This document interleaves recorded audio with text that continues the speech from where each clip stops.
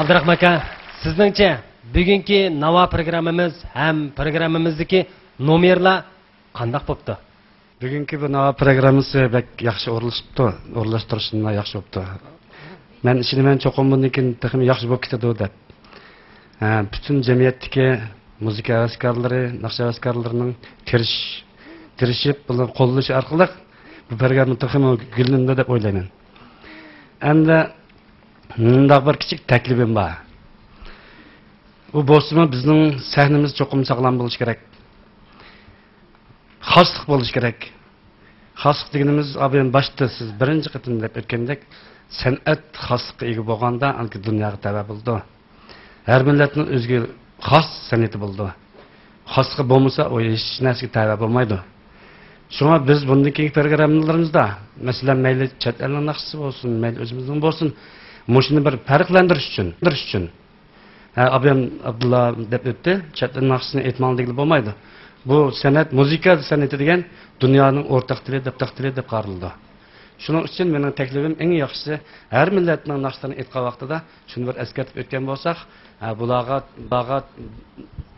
cho'ng tarbiya bo'ladi. Rahmat.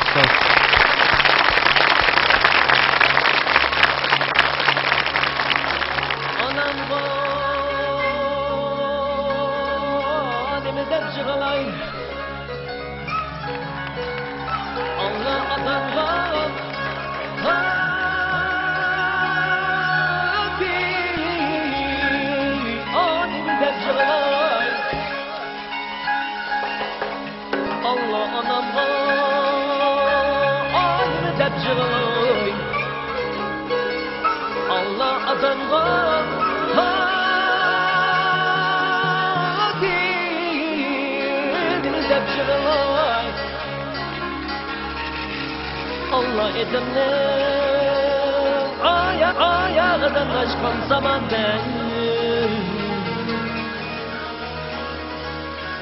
Allah zaman neysen kıyıp yağlay Gen yarim abi ya Resulullah Cağanda yaxşılık kılgan kişinin Allah kişinin abi Nazıç gaybu Allah cağanda yamanlık kılgan kişinin nege vardı